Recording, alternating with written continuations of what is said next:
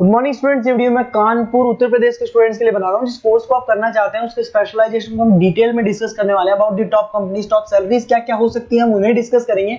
हम डिस्कस करेंगे about the top best colleges जो आपके लिए हो सकती है, जिन्हें आपका इंतजार है। हम डिस्कस करने वाले हैं अबाउट दी एवरीथिंग हियर। हम डिस्कस करने वाले हैं अबाउट दी मोर एजुकेशन। हमारी क्लासेस चलती है मोर एजुकेशन के नाम से, तो चैनल को सब्सक्राइब कीजिएगा, वीडियो को लाइक कीजिएगा। बाकी की इन्फॉर्मेशन हमारे सर आपको देने वाले हैं। Thank you. ये वीडियो में एएनएम, जीएनएम और बीएससी नर्सिंग के स्टूडेंट्स के लिए बना रहा हूं। अभी आप लोगों ने 12th क्लियर किया है, now you are planning for BSc nursing.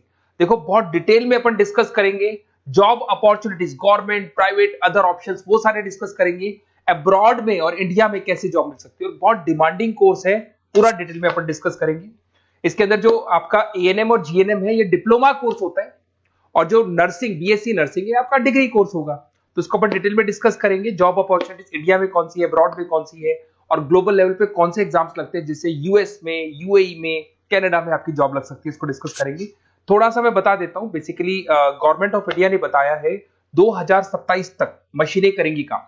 42% जो है आर्टिफिशियल इंटेलिजेंस और मशीन लर्निंग से काम होगा। तो आप ये मान के चलो, जो भी कोर्स आप करने वाले हो, इसमें आर्टिफिशियल इंटेलिजेंस और मशीन लर्निंग को इंटीग्रेट करके चलना, क्योंकि इसकी जबरदस्त डिमांड आने वाली है। एआई की नॉलेज आपको भी होनी चाहिए।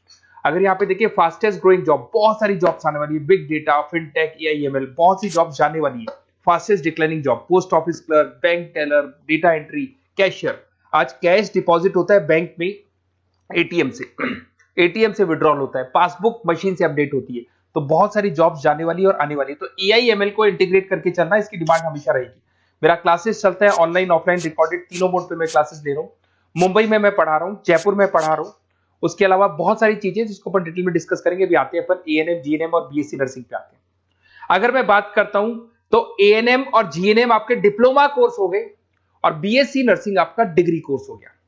एएनएम आपका 2 साल का कोर्स है, जीएनएम आपका 3-3.5 साल का कोर्स है, और अगर मैं बीएससी नर्सिंग की बात करता हूं तो 4 साल का कोर्स है। इसके अंदर अगर आप एएनएम की बात करें तो 12+2 आर्ट साइंस किसी भी बैकग्राउंड से कर सकते हैं। अगर आपको जीएनएम करना है तो उसके लिए साइंस कंपल्सरी, और आपको बीएससी नर्सिंग करना है तो आपके पास फिजिक्स, केमिस्ट्री, बायो होना चाहिए, और इंग्लिश तो कंपल्सरी रहेगा ही रहेगा। एंट्री लेवल पे फटाफट आपको जॉब लगानी है, एएनएम कर लो। मिडिल लेवल पे आपको जीएनएम करना चाहिए, बट अगर डिटेल में जाना चाहते हो, अच्छी कैरियर अपॉर्चुनिटी प्लान कर रहे हो, तो आपको बीएससी नर्सिंग करनी चाहिए। अगर मैं बात करता हूँ, बेसिक हेल्थ केयर का जॉब मिलेगा यहाँ पे, जनरल नर्सिंग का जॉब मिल जाएगा, और वहां पे एडवांस लेवल पे, किसकी बात कर रहा हूँ, बीएससी नर्सिंग में एडवांस लेवल पे मिल जाएगा। अगर आपने एएनएम कर रखा है और आगे कुछ करने की कोशिश करोगे तो आपको जीएनएम करना पड़ेगा फर्दर स्टडीज के लिए। अगर जीएनएम कर रखा है तो आपको बीएससी नर्सिंग करना पड़ेगा, और अगर बीएससी नर्सिंग कर रखा है तो फिर आप एमएससी कर सकते हैं। देखिए आपको यहाँ पे जॉब रोल दिखाई देगा। बेसिकली हेल्थ केयर वर्कर, आशा वर्कर वाला काम करेंगे अगर आप एएनएम में है तो। जीएनएम के अंदर आपको स्टाफ नर्स, वार्ड नर्स वाला काम मिल जाएगा। बट अगर मैं बीएससी नर्सिंग की बात करता हूं तो आपको आईसीयू में एज अ नर्स वर्क कर सकते हो, ऑपरेशन थिएटर में ओटी के अंदर नर्स की तरह वर्क कर सकते हो। उसके अलावा नर्स एजुकेटर बन सकते हो, मतलब बेसिकली आप अपना खुद का जो क्लासेस बोलते हैं, जिसको अपन कोचिंग क्लासेस वगैरह खोल सकते हैं। अगर मैं वर्क एरिया की बात करता हूं तो हेल्थ, यहाँ पे आपको आंगनबाड़ी वगैरह में जॉब मिलता है। अगर मैं यहाँ पे देखूं तो आपको हॉस्पिटल्स में जॉब मिलेगा, इधर आपको आईसीयू में जॉब मिल सकता है, टीचिंग जॉब मिल सकता है, गवर्नमेंट हॉस्पिटल में जॉब मिल सकती है, प्राइवेट हॉस्पिटल में। किसकी बात कर रहा हूँ, बीएससी नर्सिंग की बात कर रहा हूँ।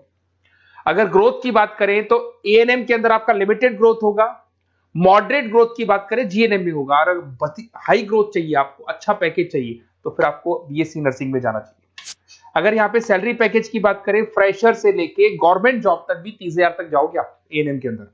जीएनएम के अंदर फ्रेशर से लेके गवर्नमेंट जॉब तक भी पहुंचते हो तो 12,000 से 40,000 तक पहुंचोगे।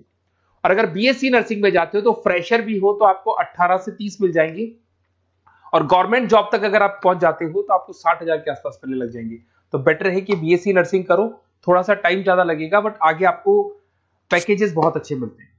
अगर मैं यहाँ पे देखता हूँ, क्विक एंट्री लेनी है, एएनएम में जाएंगे, बैलेंस ट्रेनिंग वगैरह देखना है, जीएनएम में जाएंगे। और अगर long term career growth plan कर रहे हो तो आपको बीएससी नर्सिंग में जाना चाहिए।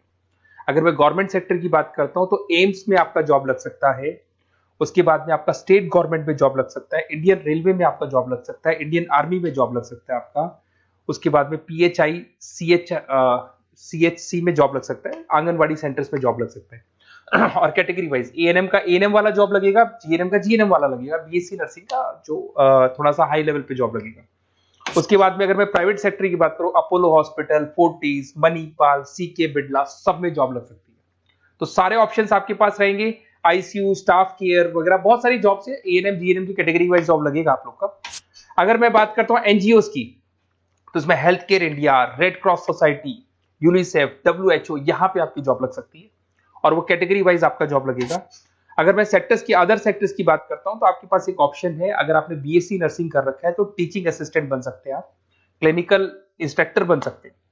होम केयर में अगर देखा जाए तो आपको होम केयर नर्स बन सकते हैं। टेली कम्युनिकेशन, आजकल ये टेली कंपनीज बहुत चल गई, जहां पे आप पेशेंट को, रिमोट एरिया में पेशेंट है, डॉक्टर नहीं है, तो आप उसको देखेंगे, सारे रिपोर्ट्स डॉक्टर को भेजेंगे, डॉक्टर्स को रिपोर्ट्स को स्टडी करके आपको सारा देगा। उसको अपन टेली मार्केटिंग भी बोलते हैं, टेली कंपनीज भी बोलते हैं। तो ये ऑप्शंस भी अवेलेबल है। अगर देखा जाए तो बीएससी नर्सिंग करने के बाद में आपकी गवर्नमेंट जॉब लग सकती है। गवर्नमेंट जॉब के लिए अगर आपको यूएई जाना है, उसके लिए अलग एग्जाम होगा, यूके कनाडा के लिए अलग एग्जाम होगा, और अगर आपको दुबई जाना है तो दुबई का अलग एग्जाम होगा। उसको देखते हैं अपन। अगर मैं बात करता हूं नेशनल काउंसिल एग्जामिनेशन, ये जो एग्जाम है ये यूएसए के लिए है। इसके अंदर आपका बीएससी नर्सिंग होना चाहिए, टॉफिल का एग्जाम भी आपका क्लियर होना चाहिए, और एग्जाम फॉर्मेट में ऑप्शन बेस्ड क्वेश्चंस आते हैं, 75 से लेके 145 तक क्वेश्चन रहते हैं। और इसका जो कॉस्ट आता है, बेसिकली एग्जाम का जो पेपर का कॉस्ट आता है, $200 का कॉस्ट आएगा।